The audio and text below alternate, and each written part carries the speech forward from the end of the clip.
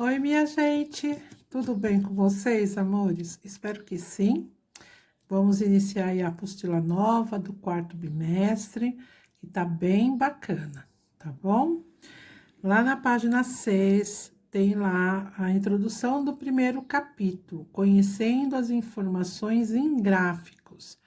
Porque toda informação que vem através de gráfico, como nós vimos no bimestre passado, fica mais fácil o entendimento, tá? Então, nesse capítulo, nós vamos explorar os infográficos, os textos de divulgação científica, né? Em relação às estruturas de nossa língua, conheceremos alguns processos de formação de palavras e entenderemos as diferenças entre os termos trás, atrás e traz com Z no final. No Conversa Vem, tem lá. Quando falamos em fenômenos naturais, costumamos pensar em acontecimentos grandiosos, como furacões e enchentes.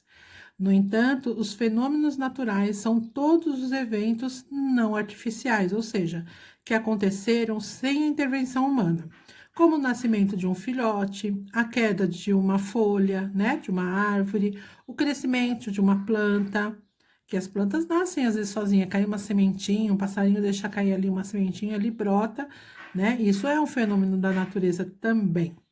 De que outros fenômenos naturais vocês se lembram? Que se alguém quiser anotar aqui algum fenômeno natural, sem ser esses que eu citei, anota aqui, tá bom? Aqui nós temos um infográfico, né? Os infográficos são muito utilizados para levar ao público informações científicas de maneira clara. Vamos ver um texto, um desses textos. Aqui fala do efeito do El Niño, né? É um fenômeno natural. Então, é um fenômeno climático no Oceano Pacífico e tem consequências no clima em todo o planeta, tá? E impactos também no Brasil. Então, aqui tem as informações, eu quero que vocês leiam detalhadamente, tá bom? Eu não vou ler, porque o meu, além de ser muito pequenininho, eu quero que vocês criem esse hábito de, a partir do quarto bimestre, ler mais do que a Pro lê para vocês, tá bom? Então, o infográfico é toda a informação que vem através de um desenho, de um gráfico, né? Vem mais explicadinho do que fosse só um texto escrito, né? Como esse texto aqui, né? É mais fácil a compreensão quando é um infográfico. Na página 10, fala sobre a formação das palavras. Então, temos lá, ó, releia o seguinte fragmento do infográfico e analisa as palavras destacadas. A desaceleração dos ventos causa o superaquecimento das águas superficiais do Oceano Pacífico. Então, tem duas palavras aí que estão destacadas, estão em negrito. Então, o que está dizendo? Se retirarmos as letras destacadas em desaceleração, o que acontece? Vou dar um exemplo aqui, ó. Outra palavra é formada. Se eu tirar o des, tem a aceleração, certo? Na atividade de baixo, vocês vão fazer a mesma coisa que fizemos aqui nesse primeiro. Se retirarmos as letras destacadas em superaquecimento, o que acontece? Vocês vão anotar. A próxima atividade, vocês vão explicar a diferença do significado entre os pares de palavra. Então, o que quer dizer aceleração e o que quer dizer desaceleração? E aqui, vocês vão fazer o mesmo na atividade de baixo, tá bom? Agora aqui, ó, considerando suas respostas lá na atividade anterior, escreva o significado dos seguintes termos. Então, assim, não precisa pesquisar, eu quero saber de vocês. O que vocês acham que quer dizer des? O que quer dizer super? Com as palavrinhas de vocês, tá bom? É importante isso. E lá na página 11 tem lá, como você percebeu, muitas palavras derivam de outras que já existem. Elas vêm daquelas palavras já existentes, tá bom? Então, aqui tem alguns exemplos, ó. Des mais aceleração é igual ao quê? Desaceleração. Super mais aquecimento, superaquecimento. Alegre mais mente, alegremente. Gosto mais oso, gostoso. Mais feliz mais mente, infelizmente. Os fragmentos que agregamos, né, que juntamos as palavras são chamadas de prefixo. Quando iniciam a palavra, marquem texto aí. Prefixo é quando vem no início, tá bom? E sufixos quando finalizam. Então, sufixo é quando vem na parte final da palavra. E elas contribuem para a formação de uma outra palavra. Aqui tem uma tabelinha, né? Tem o prefixo des. Aí tem a palavra que a gente chama de primitiva, que é a que deu origem. Então, des mais igual vai ficar o quê?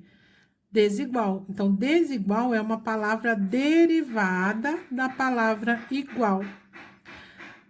Açougue. Se colocar o sufixo eiro, vai ficar o quê? Açougueiro. Então, açougueiro é uma palavra derivada de açougue. Só que ela ganhou o quê? Um sufixo. Quem ganha no início é o prefixo. Quem ganha depois é o sufixo. E assim forma uma nova palavra, que são as palavras derivadas, tá? Então, pedra, né? Se eu colocar o eiro, vira pedreiro, que é uma palavra derivada de pedra. Então, vamos lá. Algumas das palavras podem ser formadas também pela junção de duas ou mais palavras. Junção é união, tá? Que já existe na nossa língua. Então, aqui tem: hoje é sexta-feira, amanhã vou brincar com minha revista de passatempos. A palavra sexta-feira e passatempo são formados pelo processo de composição.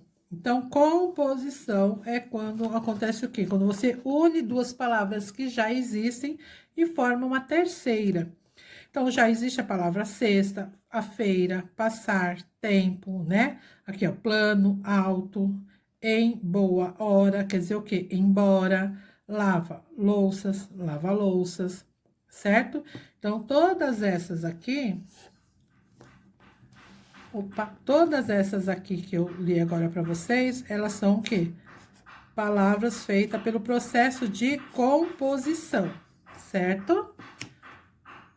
E aqui, por fim, na página 12, que vamos até a página 12 do Mão na Massa, tem o texto aqui falando sobre o girassol. E vocês vão pegar do texto, vocês vão encontrar uma palavra formada por composição, uma por sufixo, uma com prefixo e sufixo. A C tem que ter um pedacinho antes e um pedacinho depois da palavra primitiva, tá?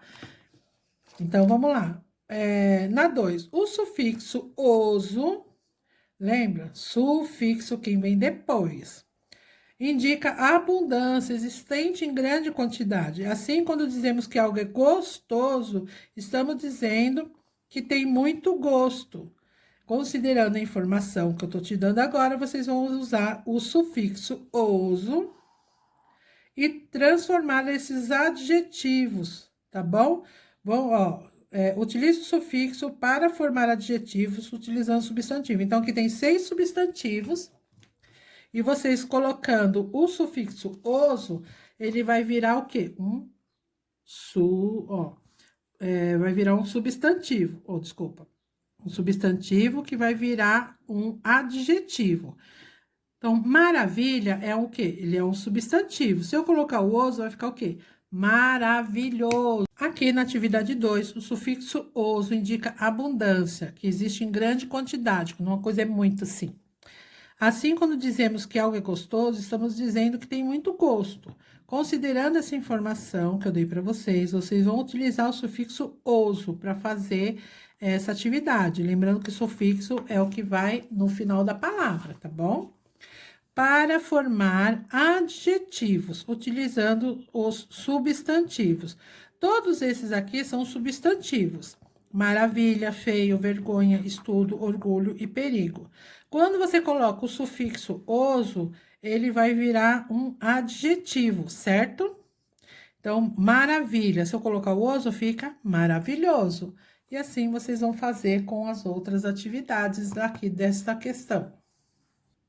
A fichinha que vocês vão fazer é a 3 e a 4, que é sobre o infográfico que fala dos icebergs, tá bom? Nos vemos na próxima aula. Beijos.